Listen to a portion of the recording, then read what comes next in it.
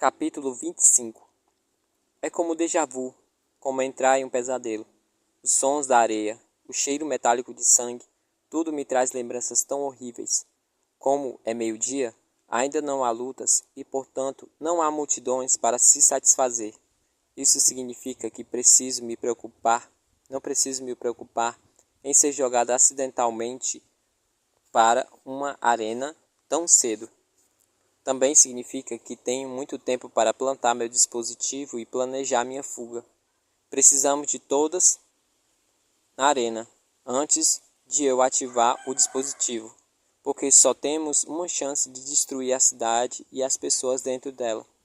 Mas também significa que o lugar está mais ou menos silencioso. Os únicos ruídos que consigo ouvir, além de nossas botas enquanto avançamos, são os gritos enlouquecidos dos prisioneiros nas profundezas da arena.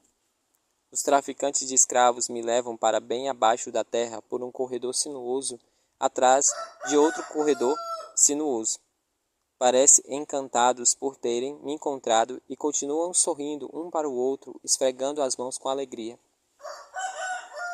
Desprezo cada um deles. Quanto mais desço, mais abafado fica. Os prisioneiros confinados aqui não me fazem nenhum sistema, não têm. Os prisioneiros confinados aqui não têm nenhum sistema de ventilação e o ar está carregado com o cheiro de suor, urina e terror. Os gritos ficam mais altos à medida que me aproximo das celas. Tento manter minhas emoções no fundo, mas meu coração se parte por eles. Conforme avanço, planejo mentalmente toda a rota, cada esquina que viramos, cada escada que descemos, memorizando tudo. Vou precisar saber a rota exata para voltar à superfície quando chegar a hora. 5 minutos é tudo que terei para escapar da arena, antes que as bombas a destruam. Então, durante todo o tempo em que ando, tiro as imagens mentais de cada curva e reviravolta, cada pequena rachadura no tijolo. Qualquer coisa que me ajude a encontrar o caminho de volta à superfície. Fica cada vez mais escuro a cada novo corredor onde me levam. O lugar é iluminado apenas por luzes de emergência, que brilham tudo em uma luz amarela, escura e suja. É difícil acreditar como a luz é forte na superfície. É difícil acreditar como a luz é forte na superfície lá em cima. Meus captores não falam comigo. Eles simplesmente me empurram, como um animal, como se eu fosse apenas a humana. Como se eu fosse menos que uma humana. Mantenho meu queixo erguido. Eles, sem lhe dar nenhum tipo de satisfação pelos maus tratos que me deram. Então param em frente a uma grande porta de aço.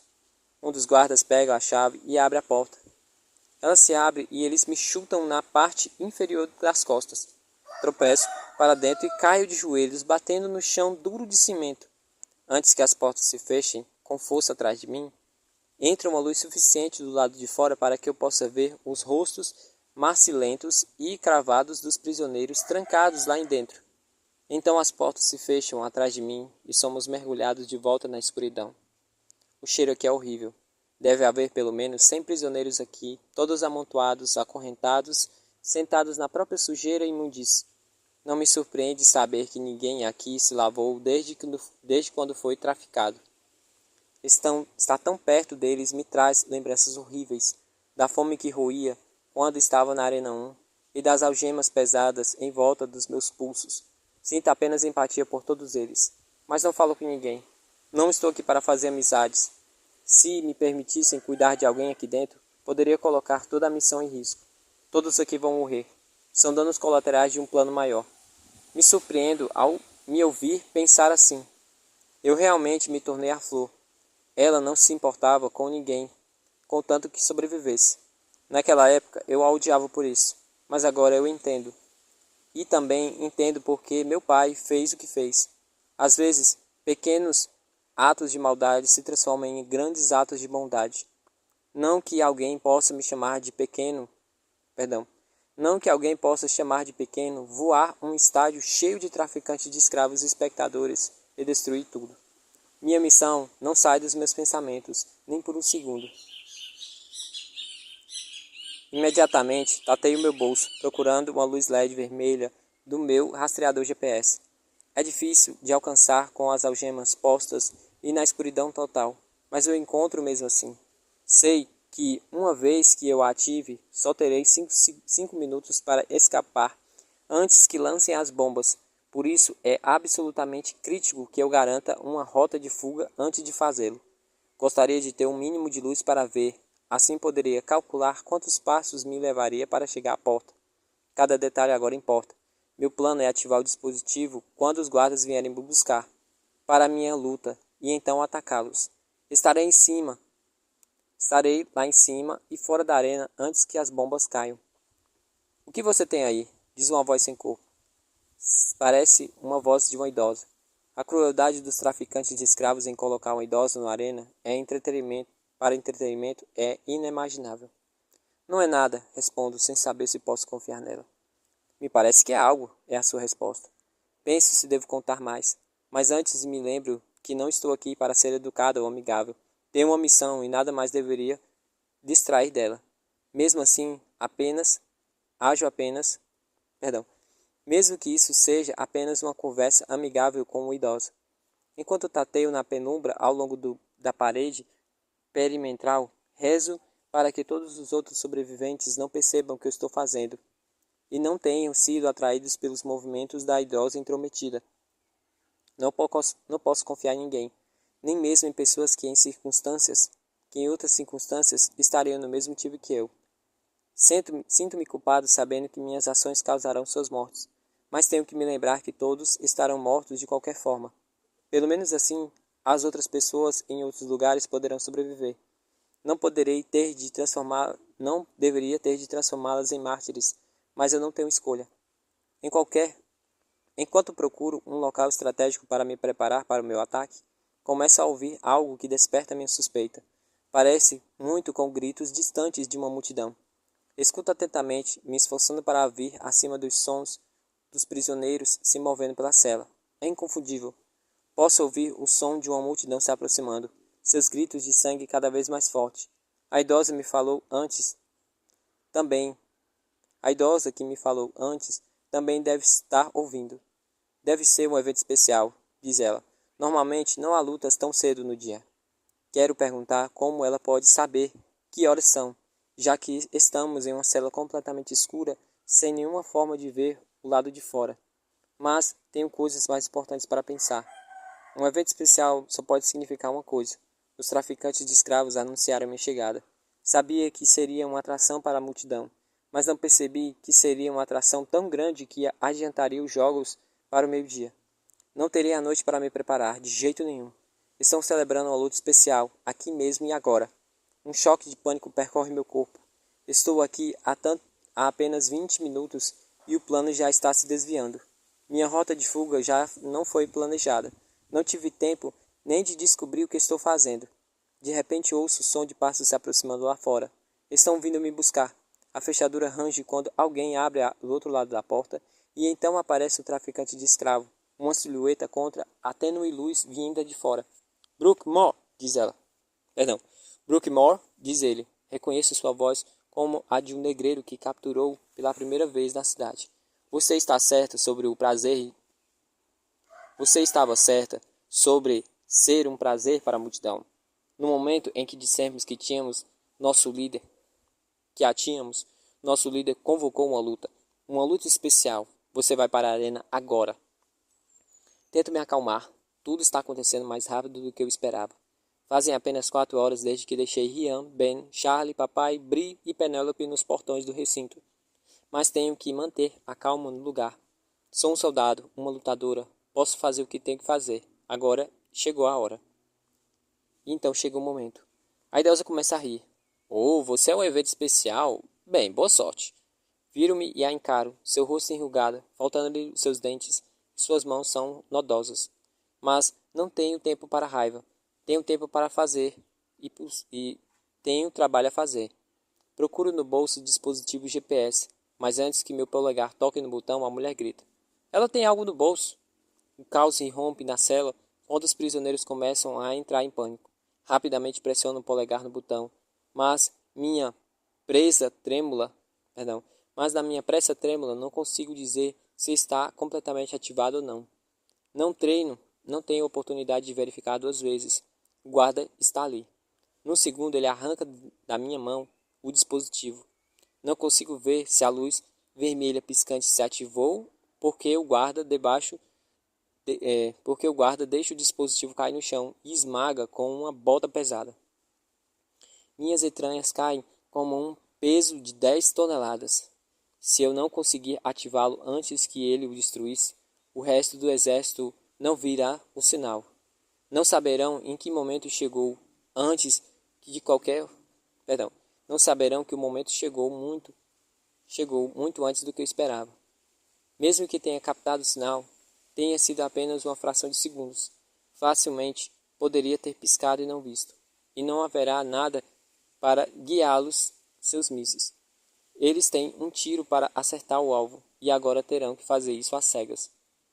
Estou tão desconcertada pela velocidade com que tudo mudou que nem tenho tempo para atacar.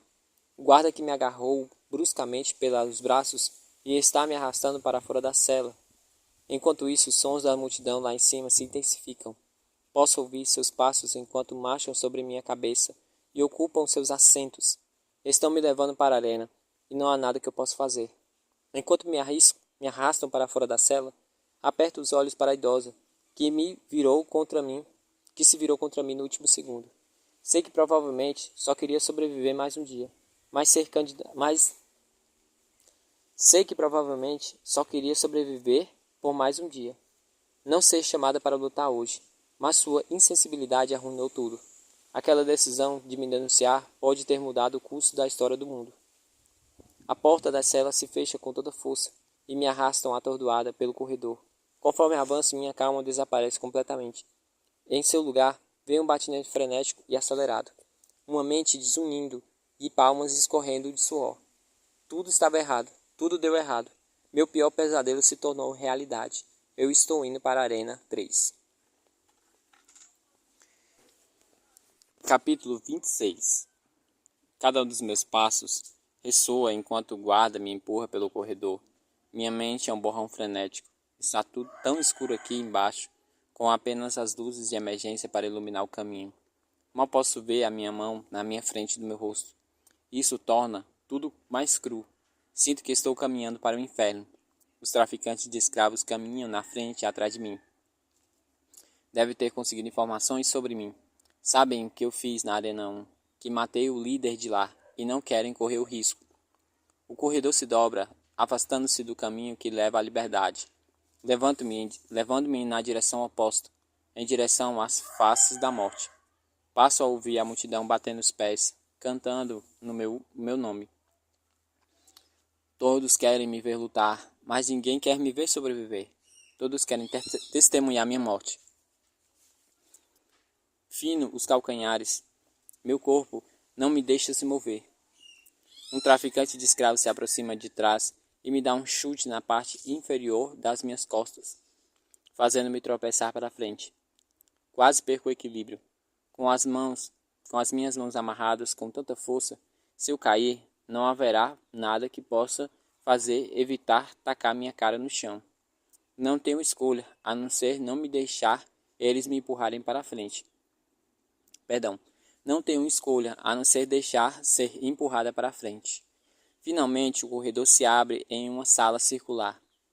Fique aí, disse um dos traficantes. Quase consigo distinguir uma forma de metal no chão, no meio da sala. Parece uma espécie de alçapão. Quando piso nela, punhos de metal envolvem cada uma das minhas botas, prendendo-me firmemente no chão. O que é isso? Pergunto frustrada ao ouvir minha voz tremer. O que está acontecendo? Os traficantes não têm tempo de responder, porque naquele momento um painel circular se abre diretamente sobre minha cabeça. A luz do dia se infiltra pelo buraco sobre mim, cegando-me. Viro a cabeça para proteger meus olhos do clarão. Junto com a luz, uma explosão de som desce pelo buraco, tão alta que ensurdece. É a multidão cantando e gritando e urrando. Ao mesmo tempo, sinto alguém mexer nas algemas em volta dos meus pulsos. Estão me destrancando. Isso pode significar uma coisa. De repente, o chão se abre, perdão. De repente, o chão começa a se mover sobre os meus pés. A coisa de metal que estou A coisa de metal em que estou começa a se levantar. Minhas mãos estão livres, mas meus pés estão presos no chão, garantindo que eu não vá a lugar nenhum. Subo lentamente, a luz me cega. Quero cobrir meus olhos, mas sei que em questão de segundos estarei em uma arena onde tudo pode acontecer. Tenho certeza que tenho que estar alerta, pronta para qualquer coisa que jogar em mim. Uma voz ressoa pelos alto-falantes enquanto subo. Senhoras e senhores, um aplauso para Brooke. A multidão ruge. O barulho é tão alto que ensurdece. Minha cabeça emerge pelo buraco, o suficiente para eu ver a arena à minha frente. É circular, construída em um antigo estádio esportivo. A arena é como um deserto, com areia amarela e empoeirada cobrindo cada centímetro do chão. Está completamente aberta aos elementos e ao céu azul sobre mim. A multidão se espalha nas arquibancadas, onde a vista alcança. Surpreendo-me descobrir que nenhum deles é biovítima. São humanos, como eu, pessoas comuns que sobreviveram à guerra. Mas todos e cada um dos cidadãos da cidade devem estar aqui. Mas todos e cada um dos cidadãos da cidade que estão aqui, jovens, idosos, todos vieram para testemunhar minha morte. Gostaria de encontrar uma maneira de me solidarizar com eles, de me lembrar que eles também são vítimas de uma sociedade brutal, mas simplesmente não consigo. Eles tiveram a mesma escolha que eu enfrentei na Arena 1. Junte-se ou lute. Escolheram o caminho da menor resistência e por isso nunca poderei perdoá-los. Qualquer resquício de vergonha que senti por explodir esse lugar em pedaços se dissipa. Essas pessoas merecem morrer. Agora só espero ter ativado o dispositivo GPS que as bombas estejam a caminho. Mas, se já passaram 5 minutos e ainda não aconteceu nada, mas já se passaram 5 minutos e não aconteceu nada. Se algo os alertou sobre o meu perigo ou não, não há como saber. Tudo que sei agora é que estou aqui. A arena continua de pé e não há sinais de exército do meu pai. Estou sozinha. A plataforma termina de subir e se encaixa no lugar. As minhas algemas de metal me mantêm congeladas no chão. Estou em alerta máximo, meus sentidos atentos ao menor som, meu corpo sentindo o menor tremor. Qualquer coisa que me diga de onde vem o meu inimigo. Não sei o que esperar. A Arena 1 era um ringue de luta livre. Sumo Shira, Maicon. Todos os meus oponentes eram lutadores famosos por si só. Mas a Arena 2 era como um esporte ou jogo. Todos os competidores eram crianças da mesma idade. Queriam que morrêssemos, mas queriam ser criativos com isso. Queria que suas multidões fossem entretidas. Pergunto-me como será a Arena 3. Ainda não revela nenhum dos seus segredos. Durante todo o tempo que estou lá, vasculho cada fresta e rachadura do estádio. Rezo para ser uma saída. Não vejo uma única entrada, mas meus competidores terão de entrar aqui de alguma forma. Assim que o fazem, vou direto na direção deles e arriscarei a fuga. É quando vejo um movimento na minha frente. Outra pessoa está saindo da terra, elevando-se em seu próprio disco de metal. Espero que seja meu competidor. Mas quando o disco se encaixa e a poeira baixa, percebo que estou diante de uma criança. Não deve ter mais de 12 anos. Ela me olha aterrorizada, seu rosto completamente branco. De repente, ao meu redor, crianças começam a erguer em discos, encaixando-se no lugar, até formar um círculo. São 10 no total. Sinto meu estômago revirar, ao perceber que estão esperando que lutemos uns contra os outros até a morte. O locutor fala: só pode haver um sobrevivente. Aquele que ficar de pé será coroado vencedor. Que comecem os jogos. De repente, uma luz forte de buzina e as algemas de metal dos meus pés se abrem com um clique. Estou livre para me mover e lutar. A multidão começa a torcer. Posso sentir a antecipação vibrando no ar. Ninguém se move. Nenhum dos meus competidores se preparou para lutar contra o outro. Mas é quando o chão começa a tremer. Cambaleio na minha plataforma, tentando manter o equilíbrio, mas o temor é forte demais. Começamos a cair dos nossos discos, aterrissando no chão do deserto. No segundo em que fazemos isso, a areia do deserto de repente se infiltra por milhões de buracos no chão. À medida que desaparece, revela uma enorme estrutura de metal no chão, como uma grade. Então, cada espaço, um raio laser vermelho sai, formando um padrão, cruzando sobre a minha cabeça. A arena se transforma em segundos em um deserto árido para um estádio estranho e futurista. A multidão enlouquece, encantada com o que se desenrola diante de nós. Abaixo-me, certo de que os raios laser significam perigo. Sei que a eletricidade neles não seria suficiente para nos matar. Por isso se tornaria o jogo ainda mais uma decepção. Mas certamente são projetados para machucar, e não quero arriscar tocar nenhum deles. Não tenho ideia de que servem, quando de repente vejo a luz vermelha brilhante saindo de uma extremidade do estádio. Olho para cima e vejo uma porta enorme que foi iluminada. É a saída. Estão tentando nos atrair para lá. Mas não vou jogar o jogo deles. É como um mágico, sempre tentando fazer você olhar para o lugar determinado para distrair do verdadeiro truque. Não vou cair nessa.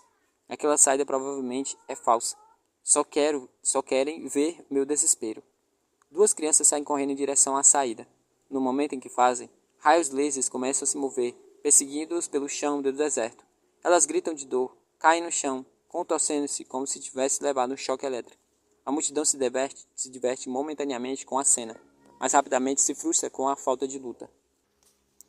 Como resposta, os raios lasers começam a se mover, girando de modo que não temos escolha a não ser nos movermos. Estão nos forçando a ficarmos juntos. Agachei-me e zigue-zagueio entre eles, como se estivesse dançando uma dança horrível. Dou um passo e pulo, agacho e giro, tentando sair do caminho dos lasers em movimento. Eles me atingem e a dor é insuportável, como uma farpa de arame por todo o meu caminho. Finalmente a multidão começa a torcer, satisfeito por ver que alguns sofreram para o seu entretenimento. Sei que isso não é tudo. Há mais ainda por vir. E isso é só o começo. É como um ato de aquecimento tentando animar a multidão para o espetáculo principal. De repente, o chão começa a vibrar. Posso sentir o som do metal rangendo, vindo de algum lugar abaixo do piso do prédio. Então duas fendas se abrem no chão, e delas emergem lâminas gigantes e retorcidas. A multidão grita um "Oh!" simultâneo e sinto enjoo. Ao mesmo tempo, uma plataforma como aquela em que subi para a arena aparece no outro extremo, em frente à saída de neon piscante. Mal consigo ver a silhueta do que está se levando à arena. Tudo o que posso dizer é que não é humano. É uma espécie de besta ou criatura repugnante, enorme e espinhosa. Um holofote aparece sobre a criatura. Parece uma tesourinha gigante e pontiaguda coberta de muco. Suas pinças estalam no chão. Suas pinças estalam juntas. E assim que vão jogar. Se não lutarmos entre nós, então enfrentaremos o homem contra a besta, humanos contra criaturas deformadas que o nosso mundo radioativo produziu. Engulo em seco e tento não me mentalizar. Se posso lutar contra lunáticos e matar cães selvagens e irradiados, posso fazer isso. Mas nenhum dos treinos do meu pai me preparou para isso. E a criatura é tão repugnante que preciso de toda a fibra de determinação do meu corpo para não fugir. A multidão enlouquece, torcendo e gritando. Há uma pausa de uma fração de segundo, enquanto a criatura vê sua presa parada indefesa à frente. Então ela lança-se para frente, correndo em minha direção, e todas as crianças em velocidade terrível também correm. Meu coração voa na garganta. A adrenalina percorre todo o meu corpo, aguça meus sentidos e me ajuda a entender o que tenho que fazer. Entendo como a arena é configurada. Tenho oponentes e obstáculos, mas nenhuma arma. Mas eles não fizeram todo esse esforço só para ver-nos morrer em 5 segundos. Querem ser entretidos e isso significa ver-nos lutar, fazendo morrer um por um. Devo querer que as outras crianças morram antes de mim. Salto para frente, correndo diretamente em direção à criatura. A multidão suspira, claramente não esperando que eu fizesse um movimento tão ousado. Como se seguisse seus movimentos, as serras giratórias desabam. Mal consigo pular para fora do caminho. Caio de lado e rolo pelo chão de grade de metal duro. Mas a criatura também consegue evitar as lâminas e permanece completamente ilesa. Ela se cambaleia como uma centopeia, mostrando 1000 dentes longos e finos, e então ruge. Enormes fios de saliva pendem de seus dentes, e uma fina névoa de saliva quente respinga na multidão. Eles gritam como crianças no Sea Road. Eles não percebem que estão vendo humanos lutando por vidas? Tornaram-se tão insensíveis à violência? A criatura se aproxima novamente de mim. Levanto-me tão rápido como um raio, correndo em direção às serras giratórias. Foi fácil demais para a criatura desviar da última lâmina. Então, dessa vez, tenho uma ideia diferente. Em vez de tentar fazê-la colidir com uma, vou correr diretamente do meio. É uma manobra arriscada e a multidão sabe disso. Eles começam a pular para cima e para baixo de seus assentos, enquanto faço uma linha reta em direção ao centro das serras giratórias que gemem. Conforme avanço, eles começam a desabar, e apenas alguns centímetros de onde eu estive pela última vez. Estão tão perto que posso sentir a rajada de vento criada de cada golpe. A criatura está bem atrás de mim, bem na minha cola. Exatamente quando as suas pinças se estendem para me agarrar, uma das lâminas desaba. Sou lançada para fora com força e aterriço com o peito duro no chão. O ar escapa de mim e estremeço. Então olho para trás e vejo que a apenas um pé de distância de mim, a criatura se contorce contra o chão de metal. Uma serra atravessando sua cabeça e sangue preto, pegajoso e viscoso, jorrando dela. Do outro lado da arena, um grupo de cerca de 5 crianças está encolhido, me olhando de olhos arregalados como se estivessem aterrorizados. Mal tenho tempo para me virar quando um garoto se precipita em minha direção. Não lute comigo, idiota! Grito enquanto rolamos pelo chão. Ele me imobiliza, lutando comigo. Estou tentando manter vocês vivos, grito de volta. Enquanto o garoto luta comigo, o chão começa a tremer e as serras começam a se desaparecer pelas rachaduras da grade, levando consigo a nojenta tesourinha. A multidão canta meu nome, mas sei que não devo cair na armadilha. Haverá outro monstro para lutar. Sempre há. Esses jogos só vão acabar quando os humanos morrem. Consigo me levantar no meu joelho e chutar o garoto no estômago. Ele voa para trás e o chão começa a tremer e virar. Sei que algo mais está vindo para nós, que a arena está prestes a se transformar novamente, mas preciso de um movimento para recuperar o fôlego. Enquanto respiro fundo, de repente percebo o cheiro de acre vindo atrás de mim. O que quer que esteja lá, a multidão já viu. Começam a aplaudir e grita de excitação. Levanto-me em uma postura agachada e giro. Fico de cara a cara com a enorme criatura parecida com roedores. Não tem pelo. Está coberta de chagas e furúnculos, que parecem dolorosos. Seus olhos brilham em vermelho. Cada um tem pelo menos 1,80 m, e o fedor que exala é insuportável. Na multidão as pessoas tapam a boca. Mas, para elas, tudo isso faz parte do espetáculo. Tudo faz parte do entretenimento da noite. As ratas vêm em grupo de 5 crianças, encolhidas no canto. Em um segundo as devoram. As crianças não... O garoto ao lado grita. Cubra minha boca, tentando evitar o enjoo, e olha ao redor desesperadamente, procurando um lugar para correr e se esconder. Mas ao meu redor não há nada além de um terreno plano e aberto. Então, o chão de repente começa a tremer e vibrar. Uma série de paredes irrompe, tão rápido que caio no chão. As ratas gigantes correm para o outro lado do estádio, aparentemente assustadas. Aproveito minha chance e corro para o lado oposto. As paredes surgem ao meu redor e bloqueiam-me, forçando-me a recuar. No mínimo, constituem uma barreira entre o garoto que tentava me matar e eu. Mas quando tudo para de tremer, percebo o que aconteceu. Ao meu redor há um labirinto. Meu coração dispara. Posso ouvir as ratas correndo de um lado para o outro do estádio. O som de suas garras na grade de metal revira meu estômago, assim como o grito das crianças que estão sendo pegues e devoradas. Posso sentir o cheiro flutuando pelo ar em minha direção, mas as paredes são tão altas que não consigo ver para onde vêm elas. Estou completamente cega. Consigo correr desorientada e em pânico. Sempre fui uma lutadora, mas não uma corredora. E isso está completamente fora da minha zona de conforto. E pior ainda, a forma como o chão sobe e desce repentinamente, com a forma como as paredes de repente rangem e começam a se mover. Sinto-me frenética, como se estivesse presa em um pesadelo. Posso ouvir um timborilar das patas das ratas do outro lado da parede e sentir o cheiro da sua carne podre. Elas estão perto. Uma parede começa a se mover e me lanço contra ela. É baixo o suficiente para eu subir.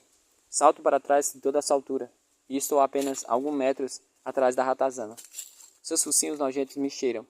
Estou fora do alcance delas. Corro ao longo do topo da parede para longe delas. Embora poder ver onde estão indo seja útil, não me ajuda em nada se não encontrar uma maneira de matá-las. Corro ao longo do topo da parede procurando qualquer coisa que possa usar como arma. Enquanto avanço, penso freneticamente, tentando encontrar uma maneira de derrotá-las. Quando vejo que uma das ratas morde a outra, tenho uma brilhante ideia. A última luta, usei o obstáculo como oponente. Se nessa luta eu virar o oponente umas contra as outras, veja à frente um lugar onde as paredes se movem para dentro e para fora, formando um bloco como uma cela de prisão.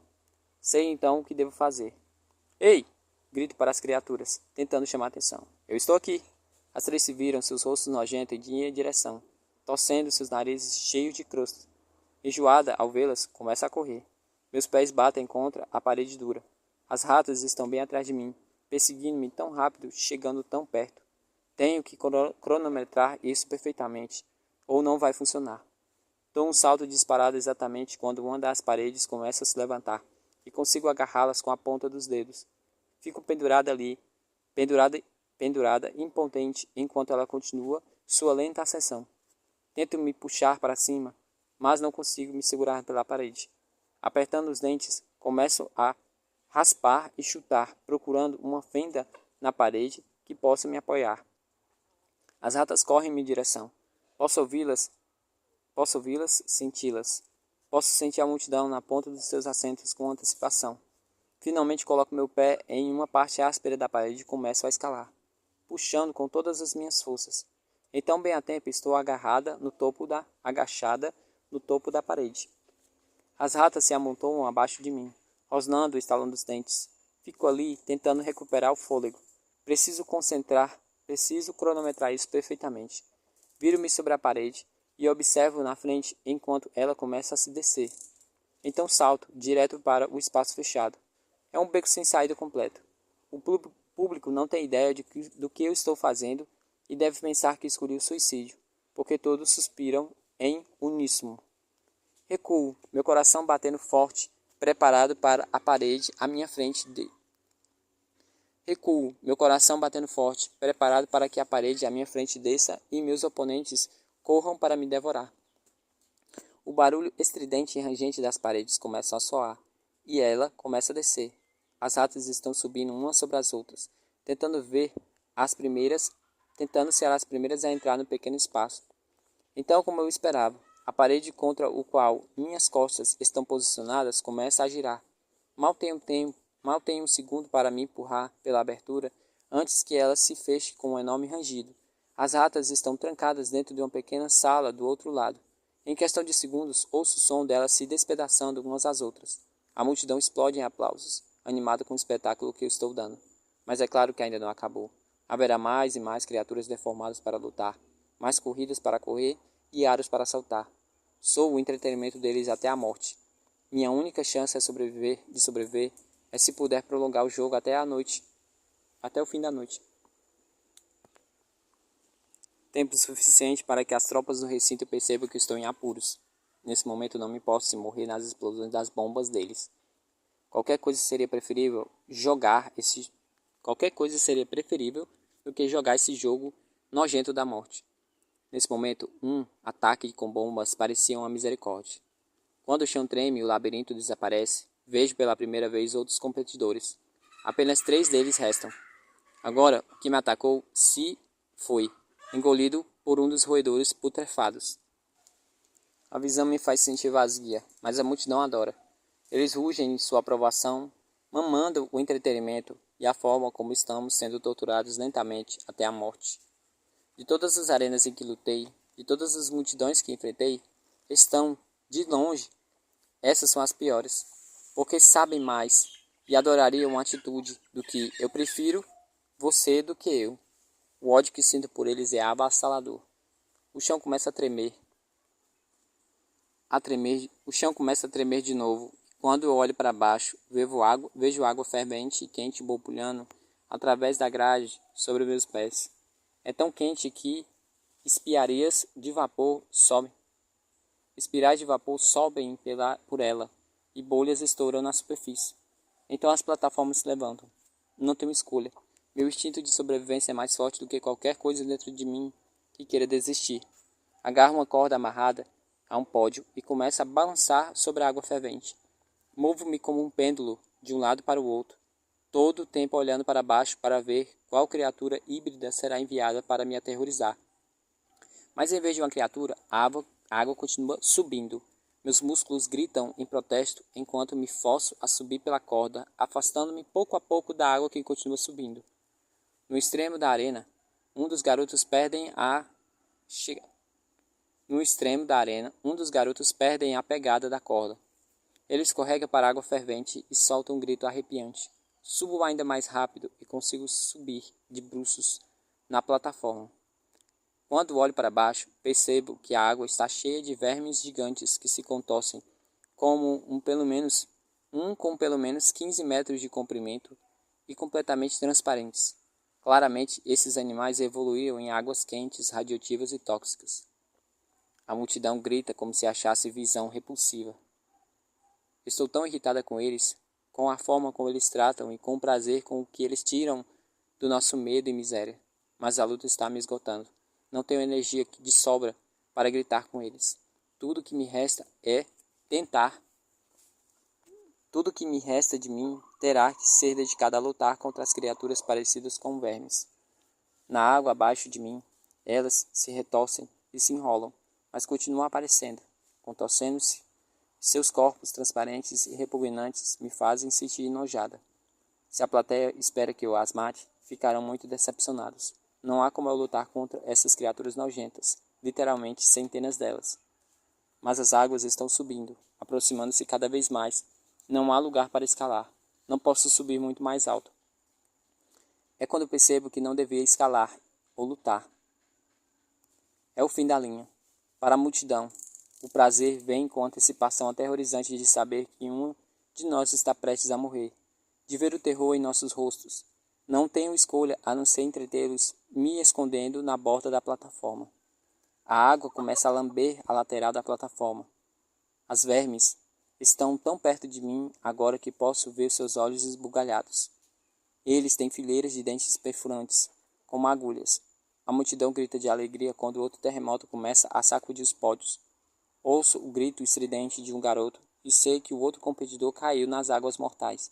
Agarro com todas as minhas forças, rezando para poder sair daqui com vida. Mas sei que é inútil. O fim chegou. De repente a plataforma se inclina. Meu aperto nela se intensifica, mas não posso segurar para sempre. Meus músculos falham e eu solto. Bato na água fervente e grito ao mesmo tempo que a multidão ofegante de caçadores de emoção. Parece mais fogo do que água. Contorço-me gritando a plenos pulmões. Mas algo está mudando na multidão. Ninguém quer me ver morrer. Isso, não porque seja violento ou brutal, mas porque é barato demais. Quem está controlando o jogo entende a indireta. Porque de repente a água que havia enchido o estádio começa a drenar. E antes que os vermes tenham chance de me morder, estou caindo em picada, gemendo enquanto a água é sugada. Girando enquanto a água é sugada, perdão, gente. Bato na grade de metal do chão da arena mais uma vez. As criaturas vermes jazem ao meu redor, batendo as barbatanas e ofegando no ar, sufocado em oxigênio. Mas já não são mais uma ameaça.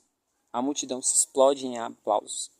Vejo e olho que apenas um competidor sobreviveu, um garoto de cerca de 18 anos. Ele também está caído no chão, sua pele vermelha e escalmada com a minha. Então percebo que não haverá mais criaturas para lutar. É sobre os dois últimos. Eles querem que mate um ao outro. Com um baque, duas espadas caem na arena, mas não consigo me mexer. Estou exausta e completamente esgotada. Meu corpo parece estar em chamas. A água fervente faz com que cada parte do meu corpo doa. Parece que estou de volta ao deserto, quando meu corpo desistiu e não conseguiu aguentar mais. Meus membros estão pesados e minha mente está zunindo. Posso ver o garoto se levantar, pegar essa espada e pela primeira vez admito a mim mesmo que ninguém vai me salvar. Meu dispositivo falhou, as bombas não foram ativadas e morrerei antes que alguém perceba que já faz muito tempo que deixei a base. Na minha realidade, falhei a única coisa que eu tinha de fazer. Morrerei nesse lugar e o mundo continuará girando tão brutal quanto antes. As crianças continuarão sendo roubadas, os sobreviventes continuarão lutando até a morte nas arenas, até que não reste nada da velha raça humana. Nada para mostrar a todos as nossas conquistas. Morrerei e haverá um inferno na terra. O rosto do garoto olha para mim, a espada brilhando. Ele parece triste, como se não quisesse me matar, mas soubesse que tem que fazê-lo. Fico ali, incapaz de me mover, mas algo chama a sua atenção.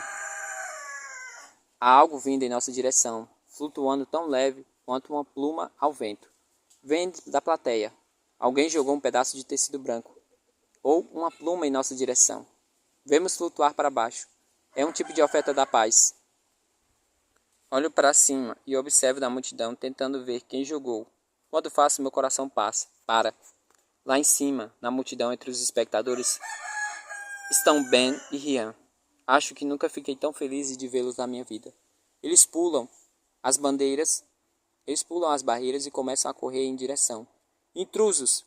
Grita o comentarista. Tento me levantar, encostando minhas pernas fracas sobre mim.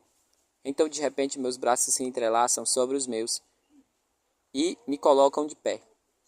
O que vocês estão fazendo aqui? Choro para eles. Somos seu plano B, diz Rian. Vamos te tirar daqui, diz Ben. Estremeço minha carne, escaldada, enviando ondas de dor através do meu corpo onde ele me toca. Percebo que Rian segura um dispositivo GPS e o golpeia, transformando a luz vermelha piscante em uma luz fixa. O exército foi mobilizado. Temos 5 minutos para sair daqui antes que todo o lugar se exploda. A multidão explode em um pandemônio. Metade parece gostar da mudança, a dúvida do rumo.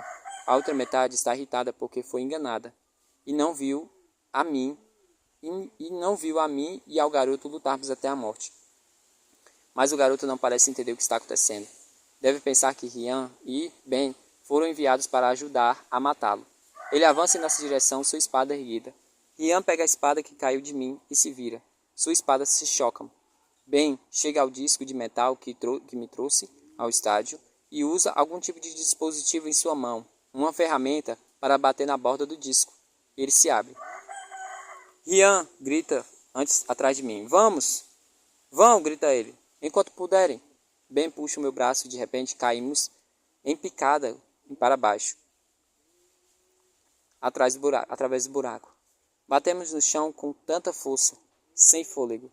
Sinto que as minhas costelas quebram com o impacto e respiro com dificuldade. O buraco acima se fecha, mergulhando-nos na escuridão. Estamos de volta ao subsolo e Rian está preso na arena. Não! Grito, minha voz rasgando meus pulmões. Mas Ben continua me puxando, me arrastando, me forçando a seguir em frente. Temos apenas alguns minutos para sair da arena, antes que tudo exploda. Mal estou em condições de correr. Ben tem que me segurar perto dele para me manter de pé. Entorpecida pela dor, de alguma forma consigo rastrear meus passos através do subsolo tortuoso do labirinto. Lá em cima a plateia ruge. O comentarista tenta desesperadamente abafar o caos. Parece que começamos o motim. Mal consigo ficar de pé, estremeço a cada passo, mas chegamos ao último corredor e subimos a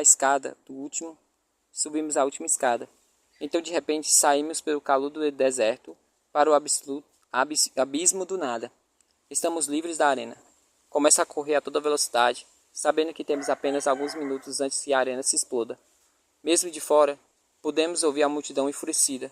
Tiros começam a soar, e me ocorre que os traficantes de escravos abriram fogo contra o seu próprio povo. Enquanto corremos pela extensão, nos afastamos da arena. Ouço um zunido de bombas voando pelo ar. As bombas atingem e explodem. A força é tão forte que Ben e eu fomos arremessados para frente. O calor atinge meu rosto, chamuscando meu cabelo. Aterriço com um baque forte de costas e minha cabeça bate no asfalto, fazendo-me morder a língua com tanta força. Sinto gosto de sangue na boca. Há um zunido nos meus ouvidos, que é mais doloroso. Estou completamente atordoada, incapaz de me mover ou pensar ou colocar meus pensamentos em ordem. Uma fumaça acre sobre mim. Consigo rolar sobre o peito. Um pouco atrás de mim, posso ver Ben deitado de bruços no chão. Ele está completamente imóvel e rezo para que tenha ficado inconsciente.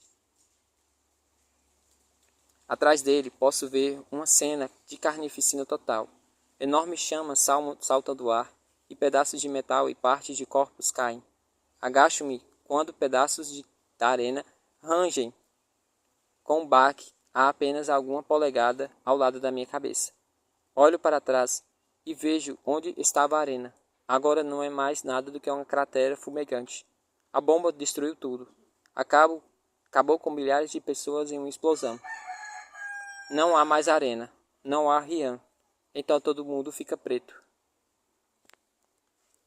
Epílogo. Dizem que é assim que se sente a vitória, mas não ouso comemorar. Nem quando acordo do coma 2 dias depois, no complexo do meu pai em Houston, como uma heroína, nem quando me reencontro com a Bri. Não comemoro quando meu pai diz que ficou orgulhoso que ficou orgulhoso de mim. Vencemos. O plano de destruir a arena simultaneamente foi adicionado sem aviso prévio. Funcionou. Ou pelo menos funcionou no que diz respeito a todos os outros. Ninguém sabe sobre as horas exaustivas que passei na Arena 3, lutando pela minha vida contra os vis mutantes criados pela guerra nuclear. Também ninguém sabe que Ben e Rian fizeram por mim. Como ambos tiveram um pressentimento de que algo estava errado. Como deixaram de lado suas diferenças para se unirem e me ajudarem no plano B secreto. Ninguém percebe que, se não fossem por eles, eu teria morrido na arena. Todo o nosso plano teria desmoronado e todos estaríamos sob o controle de traficantes de escravos nesse momento. Sei que nunca serei capaz de lhes contar, que nunca serei capaz de admitir que errei no que era mais importante de se fazer. Tenho que aceitar seus elogios, mesmo não os merecendo.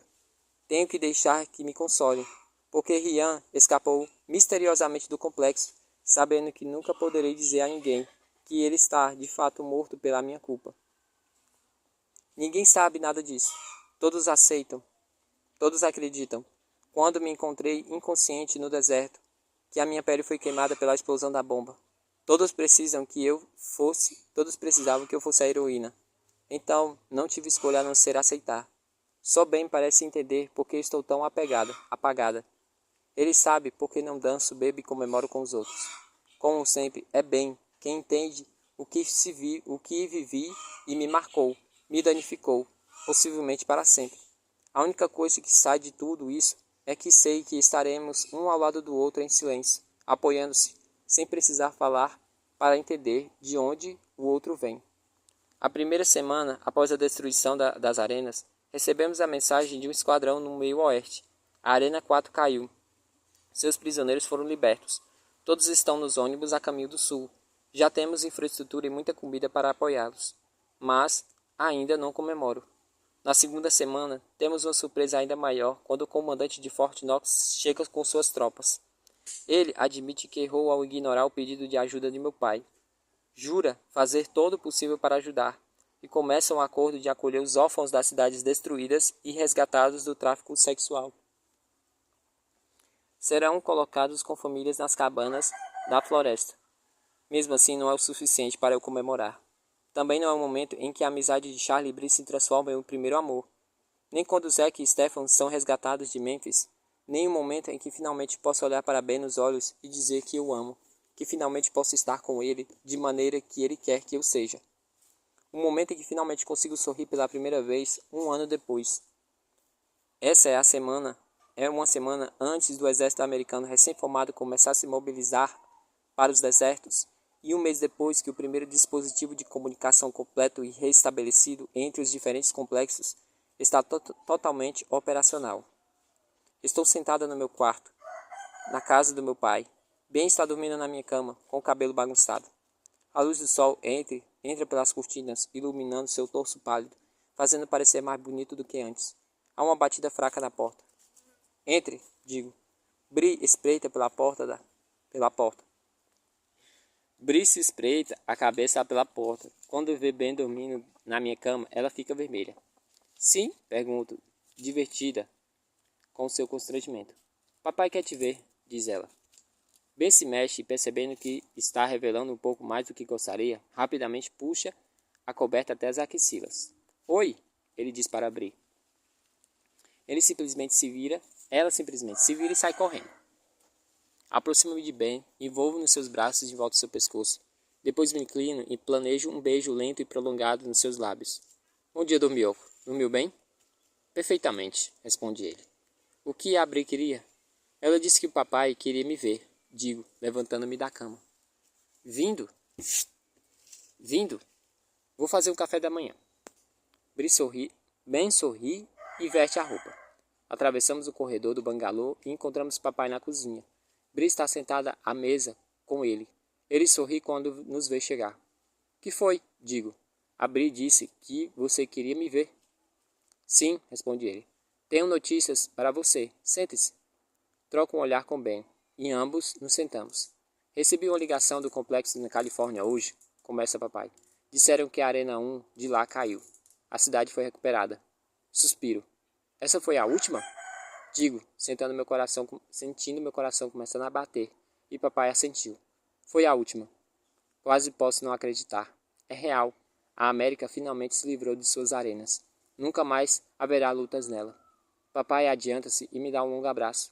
Naquele abraço posso sentir todos os anos de tristeza, agonia, começarem a se derreter. Posso sentir um novo começo se formando. Olho para minha irmã, para o meu pai, para o garoto em que finalmente deixei de me apaixonar. E então sorriu. Hoje percebo a vida pode começar de novo. Fim da história.